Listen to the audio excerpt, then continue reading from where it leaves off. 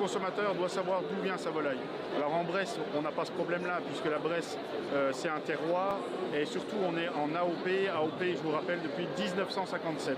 Mais par contre, moi j'insiste bien que le consommateur ne doit pas être dupé. Donc on se bat éperdument avec les politiques pour maintenir cet étiquetage en place qui est absolument nécessaire pour ne pas duper le consommateur.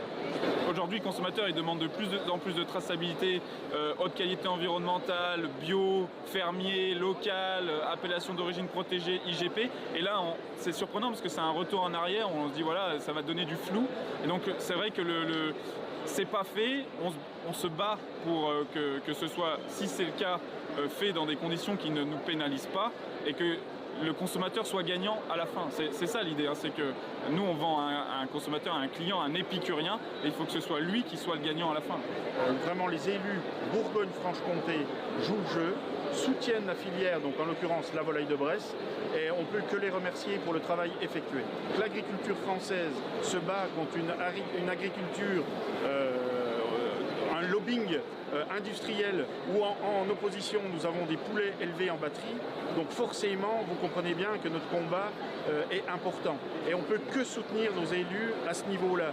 Parce que nous, quand même, on représente le territoire, le Bressan. Hein, je suis chauvin, mais je sais pourquoi je suis chauvin. Mais par contre, pour nous, c'est très important. Et comme a dit Anthony, la traçabilité est capitale. Alors on termine avec un petit message un petit peu plus positif. Anthony, là, vous avez une jolie volaille de Bresse dans les mains. Parlez-nous un petit peu de cette volaille. Quelles sont ses qualités?